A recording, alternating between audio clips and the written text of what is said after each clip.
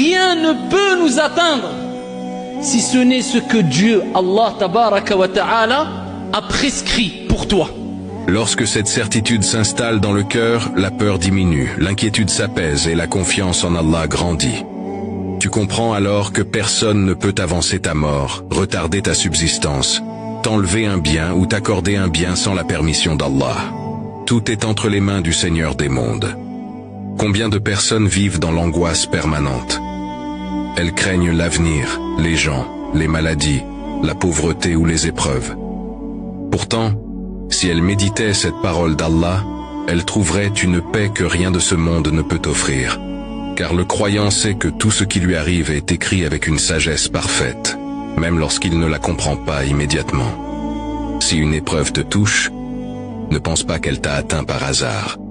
Allah l'a voulu, et il est le plus sage. Peut-être qu'à travers cette difficulté, il efface des péchés, élève ton rang, te rapproche de lui, ou te protège d'un mal plus grand que tu ne pouvais pas voir. Le croyant ne juge pas uniquement avec ses yeux, il fait confiance à la sagesse infinie de son Seigneur.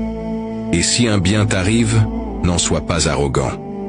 Ne pense pas que c'est uniquement grâce à ton intelligence, à ta force ou à tes efforts. Oui, il faut fournir les causes, mais c'est Allah qui ouvre les portes, facilite les chemins et accorde les bienfaits. Sans son aide, personne ne peut réussir. Le diable cherche à faire naître le doute dans le cœur du croyant. Il lui souffle. Et si cela arrivait? Et si tu perdais tout? Et si les gens te faisaient du mal? Mais le croyant répond avec certitude. Rien ne m'atteindra sauf ce qu'Allah a décrété pour moi. Mon Seigneur est mon protecteur. Cela ne signifie pas que l'on abandonne les causes.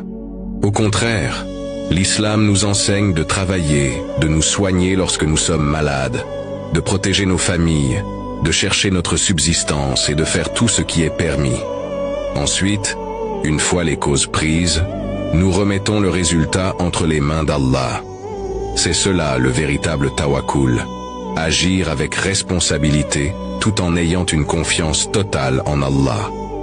Regarde les prophètes. Ils ont connu les épreuves les plus difficiles, mais jamais ils n'ont perdu confiance en leur Seigneur. Ils savaient que rien ne pouvait leur arriver en dehors de ce qu'Allah avait voulu. Cette certitude leur donnait une force extraordinaire. Lorsque tu te réveilles le matin, rappelle-toi que cette journée est déjà connue d'Allah. Les joies, les difficultés, les rencontres, les bienfaits, tout est inscrit auprès de lui. Alors pourquoi vivre dans une peur permanente? Pourquoi laisser ton cœur être prisonnier de l'inquiétude alors que ton Seigneur est le maître de toutes choses? Si les gens se réunissaient pour te faire un mal qu'Allah n'a pas décrété, ils n'en seraient jamais capables. Et s'ils se réunissaient pour te faire un bien qu'Allah ne t'a pas destiné, ils n'en auraient pas le pouvoir.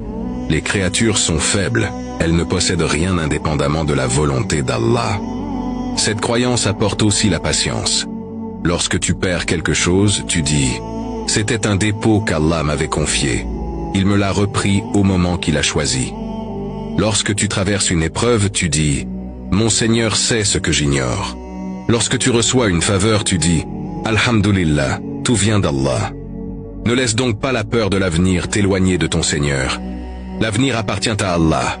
Le croyant prépare son lendemain par les bonnes œuvres, les invocations, le repentir et la confiance en Allah, non par une anxiété qui consume son cœur. Souviens-toi enfin que cette vie est courte. Les épreuves passeront, les joies passeront, les richesses passeront, les difficultés passeront. Ce qui restera, c'est ta foi, tes œuvres et ta rencontre avec Allah. Celui qui place sa confiance en Allah ne sera jamais abandonné. Même lorsque le chemin paraît difficile, il sait que son Seigneur est avec lui par son secours, sa science et sa miséricorde. Qu'Allah fasse de nous des serviteurs qui s'en remettent entièrement à lui, qui patientent dans l'épreuve, qui le remercient dans l'aisance et qui gardent la certitude que rien ne peut les atteindre en dehors de ce qu'il a décrété, car il est le plus sage, le plus miséricordieux et le meilleur des protecteurs.